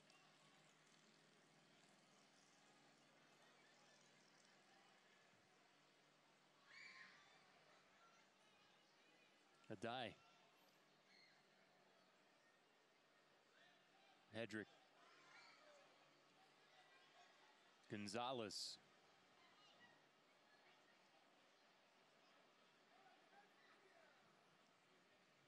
Good ball from Roberts to find DaCosta. Good work there defensively by Kai Green. Taken away. Out to Morano. Working against Green. Uzo trying to post up. Uses his body, turns. And that's twice now that Toby Uzo has caught that ball in the same area, Dave. just that simple little touch to clear himself, and he's given himself 2 opportunities. Yeah, I was going to say the dress rehearsal came a minute or so ago. That was a good effort, a yard or so wide. Cardone pleased to see that one go past his left post. 3-3, great game. You know, the way Uzo does that with all of his weight pressed against the defender, that touch that he has with his right foot is so key, because as he's leading back into it, he drops his left foot back. That's what enables that ball from the right foot all the way across his body to put himself in position. It's been an effective move. It's a great skill, and you know, he's 6'2", he's a big guy, and to be able to get into that position, hold the defender off, which he does.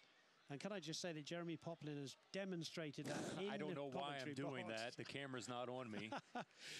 Great. It's very good, though, Pop. I do that during my radio show all the time, and I look around and no one's in the room with me. So I do apologize. No, it was great. I enjoyed it. We need a behind-the-scenes good demonstration. Cut here. But no, I take your point entirely. Uzo has worked hard. He holds off. He's improved over the season. Credit the coach. I mean, coaches improve players. 72nd minute.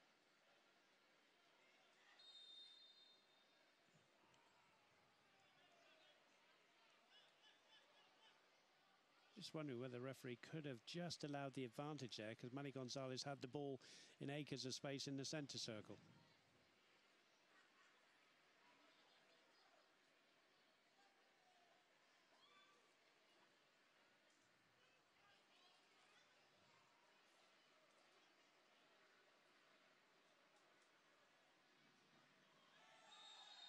That's a tough foul there directly in front of the Roughnecks bench. Everyone was up.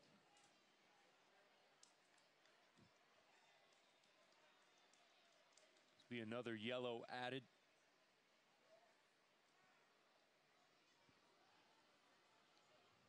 Castillo's just having a word with the young referee, but I think he's refereed this pretty well. That was a challenge, I think, that warranted a yellow card.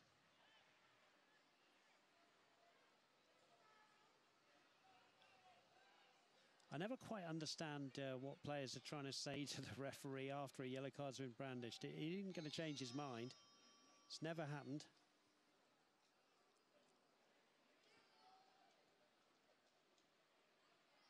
So in the books, another yellow for San Antonio FC.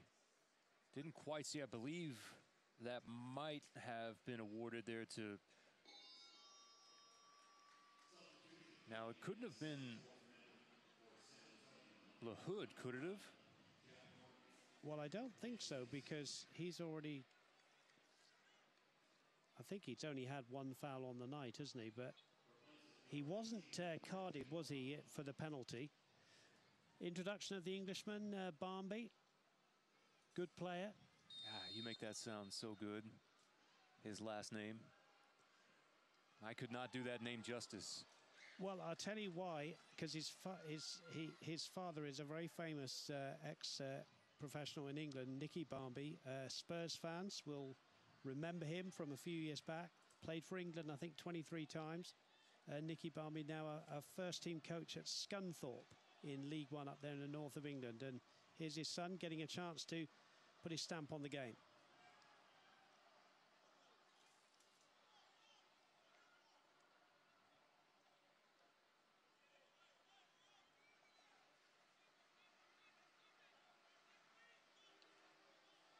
Well, if you would have told me at halftime, Dave, that we would still be scoreless in this half by the time we got to the 75th, I would have thought you might have been a tad bit crazy.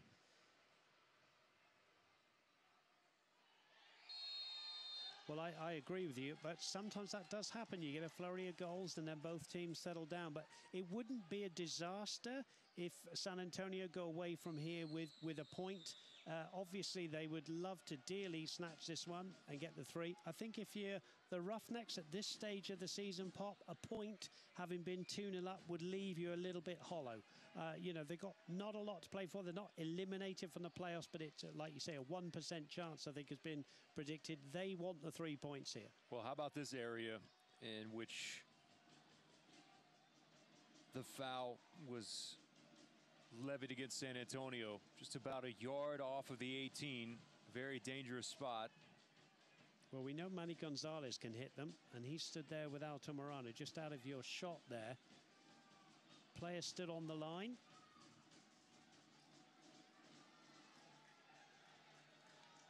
Which prompts a couple of players to go right in front of the keeper. The shot that's driven there, just wide. Cardoni with the outstretched arms. Altamirano misses, but not by much. He's disappointed to have missed the target. That's good play from the Roughnecks standing in front of the keeper there, because you saw that late. I don't know if that's wise defending to have a player back there on the line, but I guess it helps out if you can head it off the line. Here comes Fredlin Mompremier on for Marlon, whose night is finished. Yeah, Marlon got his goal earlier on, didn't he? Hasn't quite had so many touches of the ball that he probably would have liked. So Mompremier, we'll see what he can do. Marlon's goal in the 6th. Stidehar cleans it up. Well, that's real. How about that skill from Rodrigo? Wow. To find Altamirano. Good challenge there from Kai Green. Nothing wrong with that in the center of the pitch. Yeah, good challenge.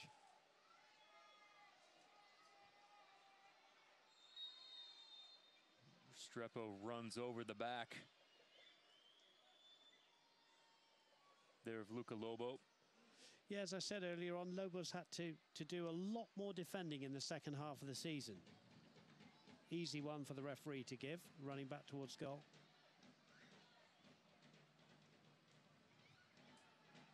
The Roughnecks will be absolutely desperate not to give a late goal away here tonight.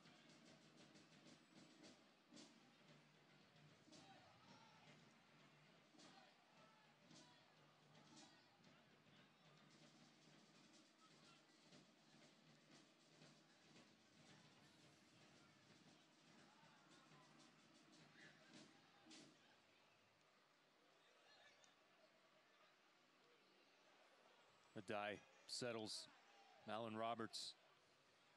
Mompremier has his hand raised here to the near side.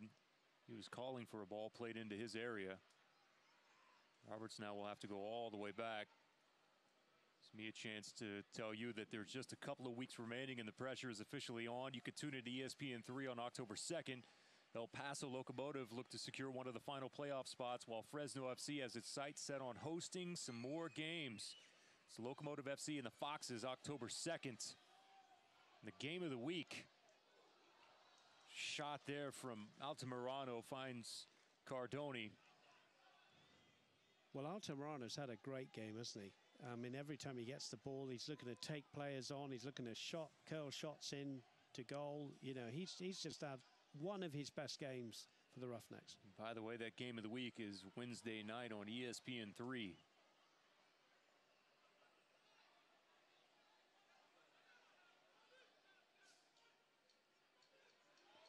Gonzalez with the shot. Cardoni with the big save. Well, you could see Manny Gonzalez receive the ball and just line up his sights. And then a wonderful shot. And the referee, I think, Pop, there's some weather. And I think the referee's going to take the players off the field here. But what a shot from Gonzalez. You see there from the reverse angle, it looked like it dipped. And they got a piece, the lower part of the arm.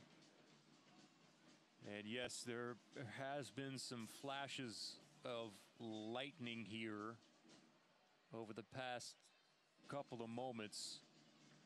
I'll check the radar here. It's frustrating for the players with, you know, just over 10 minutes to go, but safety first for everybody concerned. Absolutely correct, and the referee's going by protocol here, and that is the correct decision. Here on a late Wednesday night now in Tulsa. Yeah, there's the official mark on the substitution for Rushandel.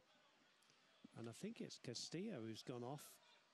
Castillo, that'll be a corner. Oh, there's a mistake, yeah, by Cardoni, and this is a chance for the Roughnecks here as we get back underway. So you'd say probably Rochandel, you know, in the midfield there. Castillo certainly had a great game, but he's taken no further part in this one. Roughnecks have the first chance here. Hand is raised, ball swinging away, kept alive by Rodrigo, now out of the 18. And here comes San Antonio. Barnby got the initial touch. Restrepo had that one knocked away. Guzman showing some signs of press, and then a giveaway from the back line. Yeah, it's a good corner that came in, well defended by San Antonio. A bit of a shaky start from them, just a mistake at the back there, giving the corner, but nothing doing from it. Kudos as well to the crowd that have stuck around. I know some people have gone, younger families and so on, but well done to the faithful few stood on here to see the conclusion of this one.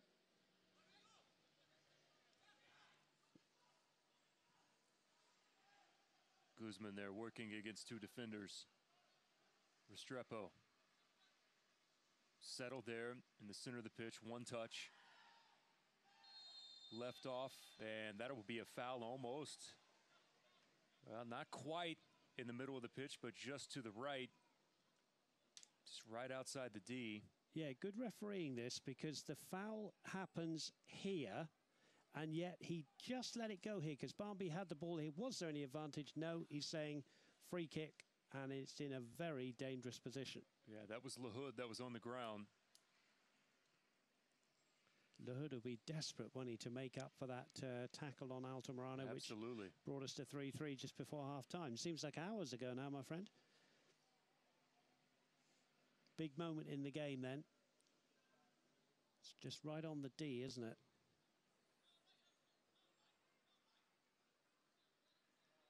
Right now, currently a six-man wall for the Roughnecks.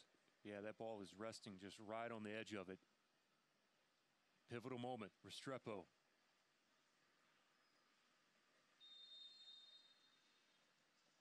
And that one sent over the top of the bar. Yeah, good yard or so over. And Roughnecks will be pleased to have got away with that one. No save for Stuydehaar. You'll see here Barnby there with the left foot, just a yard or so over. Just continue to rise as it eclipsed the Tulsa wall. 83rd minute.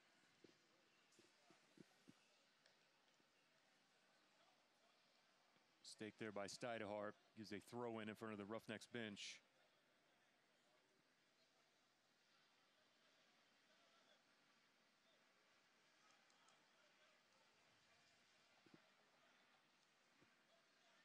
And the last thing that you want now, Dave, is to make a catastrophic mistake from either team.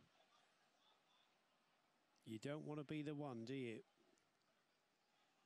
Thought that that might be an opportunity for Restrepo to hit that one time. Trying to make the right play, and he is unhappy with the communication there with Guzman.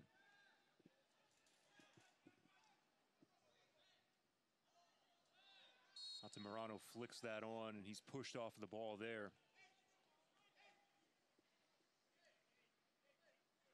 Remember, fans, you can continue to enjoy the USL on ESPN through 2022. USL is excited to announce the championship in League One is going to remain in the ESPN family with the leader in sports for 3 more years. ESPN Plus will continue to be the home of all things USL, and at least 19 games a year featured on ESPN family of networks, including 9 on ESPN Deportes. Continue to follow, support, and watch your club on ESPN and ESPN Plus. It feels like golden goal, doesn't it? Which it does. I hasten to add it's not. But it just has that feeling. But like you said, Pop, you don't want to be the one to make the mistake, and yet you want to be the one to produce a moment of brilliance that could win the game.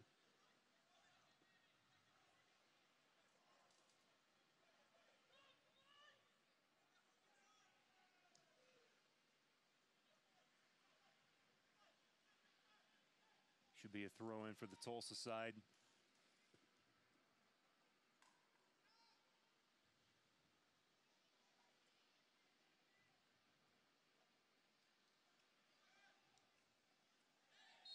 Uzo held up.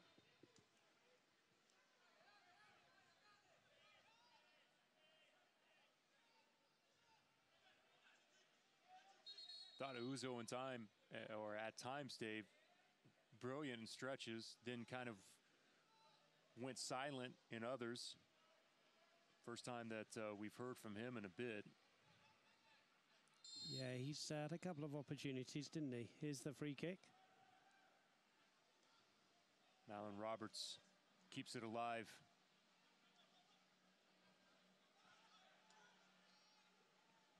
A die to Montpremier, who cannot settle it.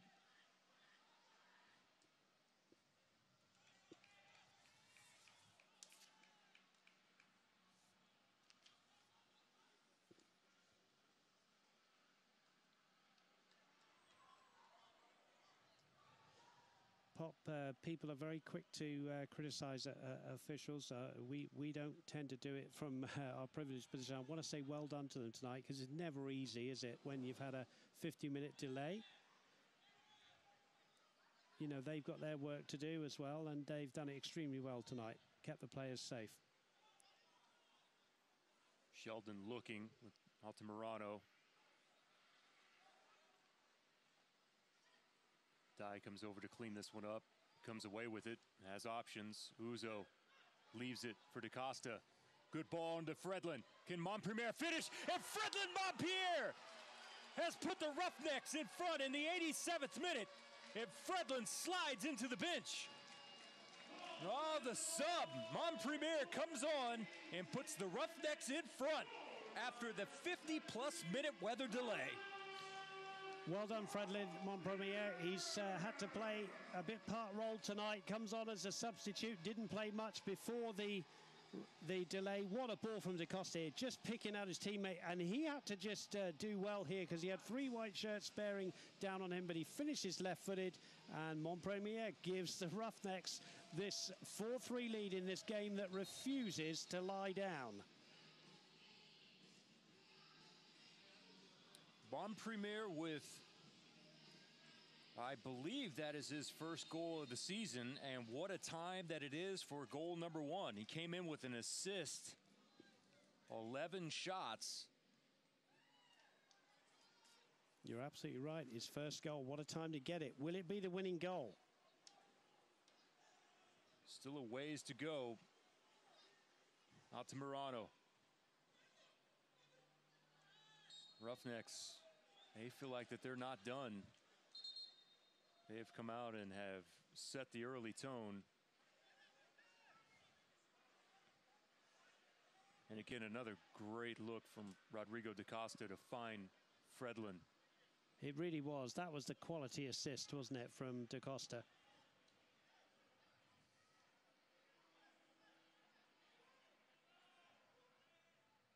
DaCosta into double-figure assists as well on the season with that one, Pop.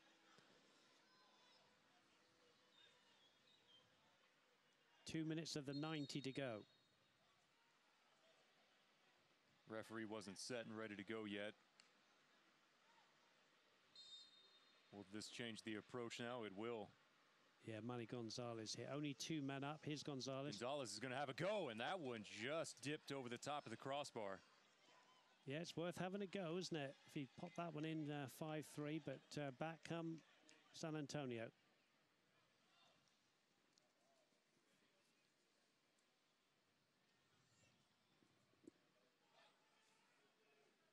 This is the most goals scored for the Roughnecks since that March 23rd 4-0 win over Tacoma.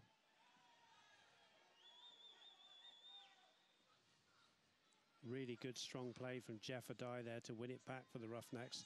I thought both those subs there centrally, Adai and Gonzalez, is a gutsy call at that moment to make that decision, and it has worked out for Tulsa and Michael Encian.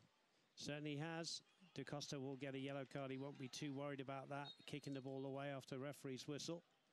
It was a gutsy call. Both coaches have brought their subs on. Offside. Roughnecks won't mind that, as we've got 30 seconds of the 90, but they'll maybe 1 or 2 players might be thinking back to the other night when it was the 94th minute, excuse me, where Orange County scored. I think a few might be staying back tonight for the Roughnecks. A few might be the wrong term. You might have everyone. A bunch. Try to park.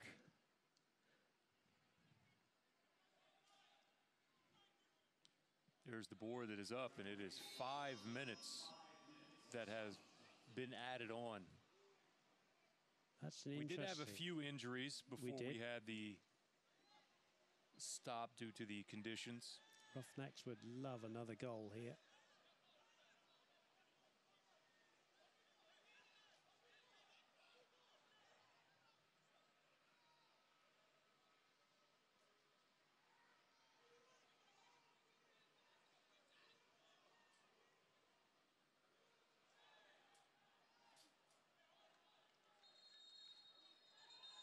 Well, there's a little extra contact, a little bump that sent Rodrigo da Costa into the signs here. I don't think the referee wants any more of that. Take a second look here. Everyone thought that that was a foul there with Jeff Adai.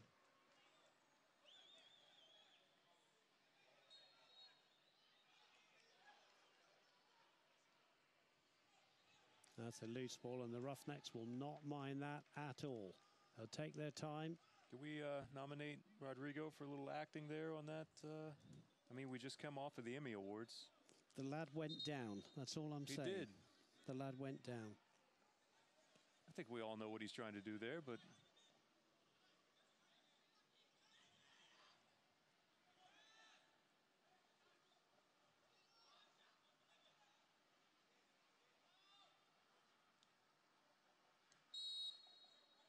Little pull back on the shirt there, brought back by the referee. driven ball there, looking, not enough on it to make it all the way across. Adai, tough challenge from Adai. He tried to climb up over the back. Yeah, pretty much 7, 8, 9 players, I think. 8 players it is in and around the box now for San Antonio. Big moment in the game. Barmby. Wasted opportunity. Darren Powell is not happy. No, he was not. He turned and looked back at the bench and had both hands up in the air. That's when you need the ball in the danger area, don't you? And he's just overhit it. So, is there any more drama to come? 4-3.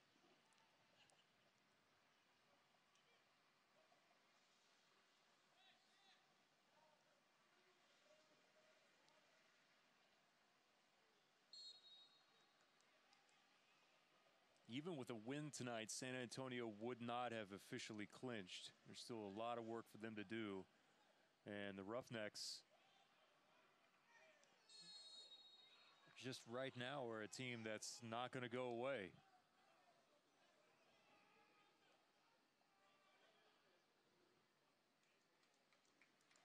Stuyvesant protects it.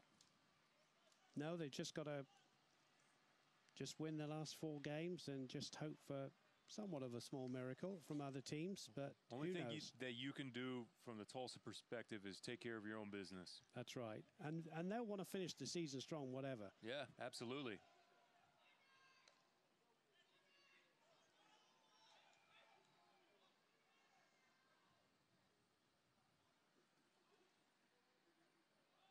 Gomez cannot get there in time.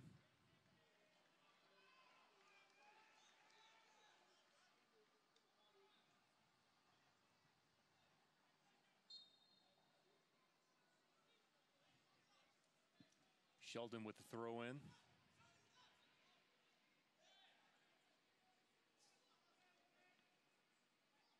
Fredlin will take this directly towards the corner. Try to burn some time here. Oh, trips and falls on it.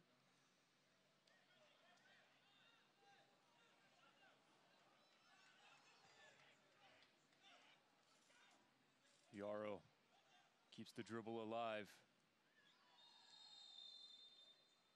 Hedrick picks up a yellow. Another chance to get the ball into the box is not over yet if you're a San Antonio fan viewing this, you'll be hoping for something to happen here. Barnby's a big lad, isn't he? He certainly is. Here's the foul. He won't want to overhit this one. Now, if he does, he might hear about it from the head coach. May have a go, but I think he should just try and play it in over the line there of defenders. One of the last few chances that they have. It's driven, that's there. Steidehar has to go down, has it, and he'll set on it for a period. And it found its way through, Dave. It did, and there it is. And that will do it. The Roughnecks score 4, and Fredlin Montpremier has the winner. And that came in the 87th minute as San Antonio will move on from Tulsa without securing a point. And we'll see how that will impact their playoff chances moving forward. And the Roughnecks keep their slim playoff hopes alive, at least for a few more days until the weekend, where they go on the road to face Tacoma. Where, if you judge Tacoma off of how that they've performed, Dave, a pretty good opportunity to get 3 more if you're Tulsa. You got to go in that with the mindset that not only are we going to win the rest of them, but we've definitely got to win on Saturday. Absolutely. It's going to be a great one to watch. And, you know, it's been an incredible game. Hats off to all the players, all the officials, and to our great crew here as well for providing the pictures and sticking with it. It's been a great game of soccer. As we mentioned, San Antonio couldn't officially clinch tonight, but this one is a bit of a disappointment for them. After battling back from being down by 2, taking the lead, then have the Roughnecks level at 3 right before halftime, and then giving up the game winner after a 50-plus minute weather delay. We're going to take one final look at the game winner from Fredlin Montpremier. Goal number 1 of the season for him, and it's all because of number 16. Yeah, it was a good dummy from Uzo, and then a lovely assist to his colleague there, a Montpremier. Look at that. There's the celebrations. That's what it means to the Roughnecks. That's what it means to win a 7-goal thriller. 4-3 is our final score. I want to say thank you to all the crew here at One Oak Field, those of you watching in and that decided to stick with us on ESPN+, all the great camera shots tonight.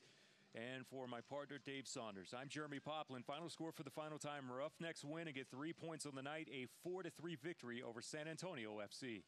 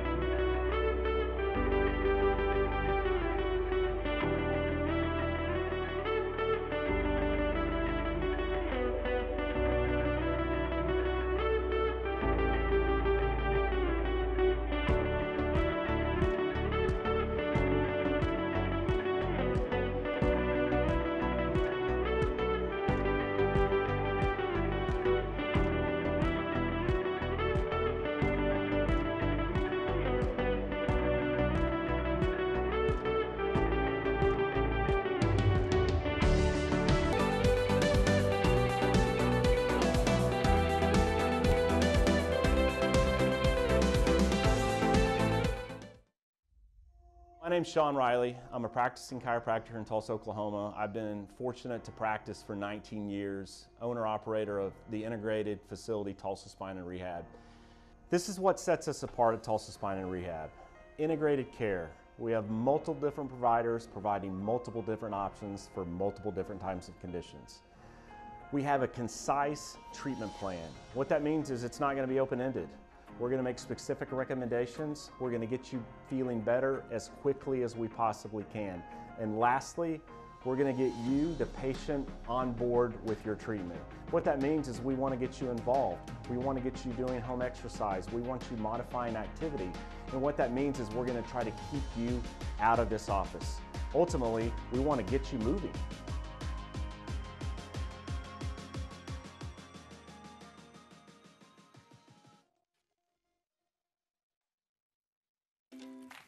How was school today? Mrs. Smith, what are you doing? Recycling. You can't put plastic bags in the blue recycling cart. But you can recycle this milk jug. You can recycle stuff from all over the house. You can recycle this empty box. What about these hangers? Just aluminum and steel cans, paper and cardboard, plastic bottles and jugs, glass bottles and jars. To learn more, check out tulsarecycles.com. In about 8th grade, I realized that my knees really were hurting, and I ended up tearing both of my patellar tendons in several places. Dr. Stanley and Tulsa Bone and Joint, he gave us all of our options, explained them, and we knew walking out that we were in the best place possible for her. From a mom's perspective, without Dr. Stanley, without his staff, we would not have been able to give her her senior year.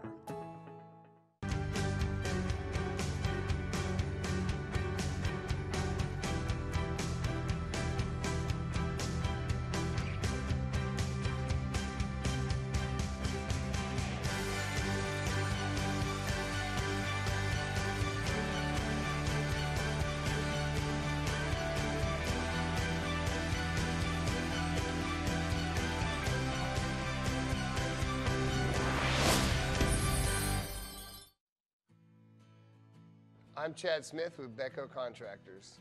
As an employer, we're always worried about new employees coming to the job and not being aware of their surroundings and just not knowing what they're really doing because it's a new job site. So the partnership with Tulsa Tech has really helped us take that worry out of the equation. We know that they're fully trained and ready to go by the time they show up on the job.